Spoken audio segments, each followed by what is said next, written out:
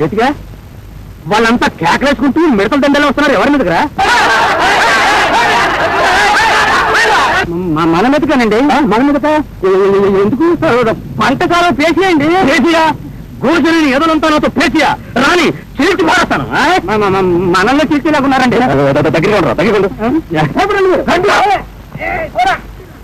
చిన్న చిన్న కుర్రలు పెద్ద పెద్ద కర్రలు పడుకుంటారు. ఎందుకా? బుద్ధి చెప్పేటందుకు. ఎవరికి? నీకే. ఎందుకు? మీరు చేసేది న్యాయమేనా అని అడగటానికి వచ్చాం. మమ్మల్ని ఇలా మార్చి చంపటం ధర్మమేనా అని అడగటానికి వచ్చాం. మా చేలకు అడ్డు కట్టి నీళ్ళు లేకుండా చేసి పంట లేకుండా చేసి మా కడుపులు కొడతారా అని అడగటానికి వచ్చాం. అది గది నన్ను అడుగుతారే. మరి మాకు నీళ్ళు రాకుండా చేసింది ఎవరు? వాందేవుడు. ఎన్ని ఆయన అడగండి. మీ చేలు మండితే నక్కే ఎండితే నక్కే.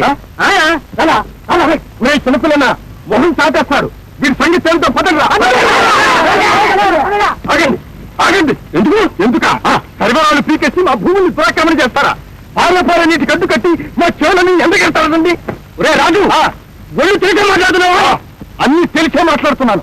డబ్బుందనే గర్వంతో అమాయకుల నోళ్లు కొట్టి అధికారం చలాయించే రోజులు పోయని గుర్తుంచుకోండి. ఇది ప్రజాప్రభుత్వం. రాజు, నీ బూజు వదిలిచేస్తాను, మదిగేసేస్తాను, మార్చేస్తాను. వెంకటపోయి అంటే అల్లటపోయి అనుకుంటున్నావు. ఒరే చేతిగా చేతిగా అయ్యా తోరాతుపాటి కలుస్తావా? కలుస్తావా?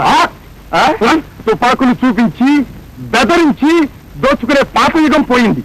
1000 ప్రాంగులు బారు చేసినా సరే వ్యక్తి గౌరవం కోసం, మా హక్కుల కోసం ముందడిగే కాని వెనుకొంద వేయని కొత్త యుగం వచ్చింది. పాతకాల పెద్ద మనిషి ఇవాళ కట్ట తెగాలి, నేను పారాలి, నేను వెళ్ళాలి అంతే. అరే చిన్నప్పని ఏదో పారా.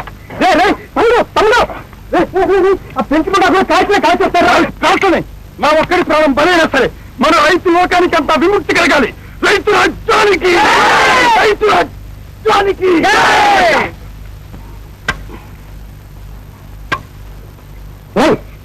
ఏది నా తోట? అందులోనే ఉంది అయ్యగారు. అందులోనే ఉంది. ఓరి స్వామి ద్రోహి, నువ్వు కూడా వాళ్ళలో చేరారా? ఇదిగో నేను తీశాను. అది గది పితృద్రోహి. ఎందుకు తీసావా? ఎందుక? మా నాన్న హంతకుడై బోలెక్కి అప్రదిష్ట పాలు కావడం ఇష్టం లేక తీశాను నాన్న. రేయ్, నీది కాదురా తప్పు.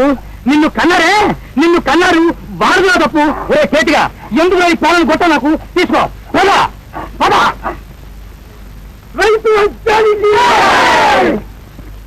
కాదు, మా నాన్న ఏదో తెలియక తప్పు చేశాడు, అంతా మర్చిపోండి.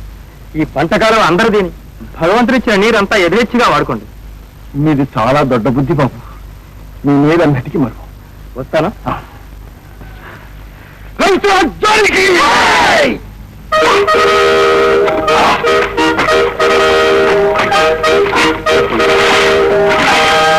రాజ్యానికి!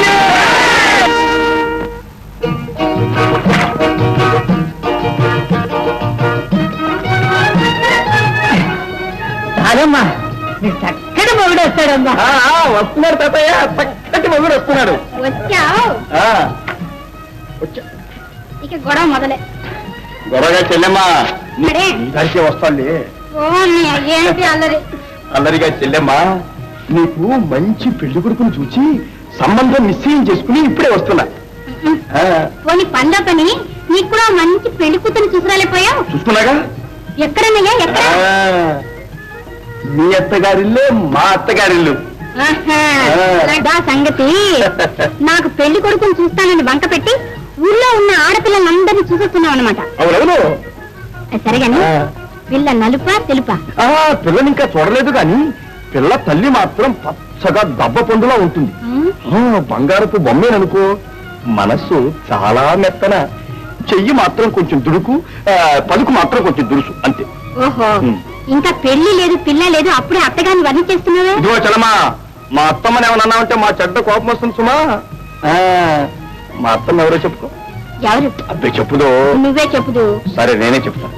మా అత్తమ్మ పేరు జానికమ్మ అత్తమ్మ. నువ్వేగా, నీ కూతురుగా నువ్వు పెళ్లి చేసుకోపోయేది. పోన్నయ్యా. నేనెక్కడికి పోను చెల్లెమ్మా. ఇదిగో అమ్మాయి, నీ కూతురు పెరిగి పెద్దదైన తర్వాత మర్యాదగా నాకిచ్చి పెళ్లి చేశావో సరి, లేకపోతే రుక్మిణీదేవిని కృష్ణుడు ఎగరేసుకుపోయినట్టు అమాంతంగా ఎత్తుకుపోయి రిజిస్ట్రీ పెళ్లి చేసుకుంటా. రిజిస్ట్రీ పెళ్లి. ఇదిగో జానకమ్మ, వరి పంట పైకం వచ్చేసింది, చెరుకు పంట బేరం ఇచ్చేశాను. ఇక నీకు ఏం చీరలు కావాలో, ఏం సారీలు కావాలో, ఏం నగలు కావాలో, ఏం నాణ్యాలు కావాలో వెంటనే చెప్పు, తీసుకొచ్చేస్తా. నాకేం అక్కర్లేదు. నీ ఇష్టం ఏంటి? నా ఇష్టం, నేను కొంటాను, నువ్వు వేసుకు తీరాల్సిందే. మా చెల్లెలు రాజకుమార్తెలాగా దగదగ మెరుస్తుంటే వియ్యాల వారు చూచి కన్ను చెదిరి మూర్ఛపోయి నీ కాళ్ళ మీద పడాల్సిందే. చూడు.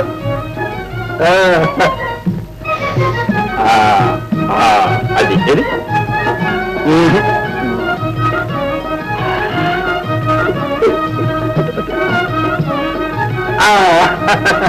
మా జానకమ్మ పెళ్లి కూతురాయనే, మా జానకమ్మ పెళ్లి కూతురాయనే.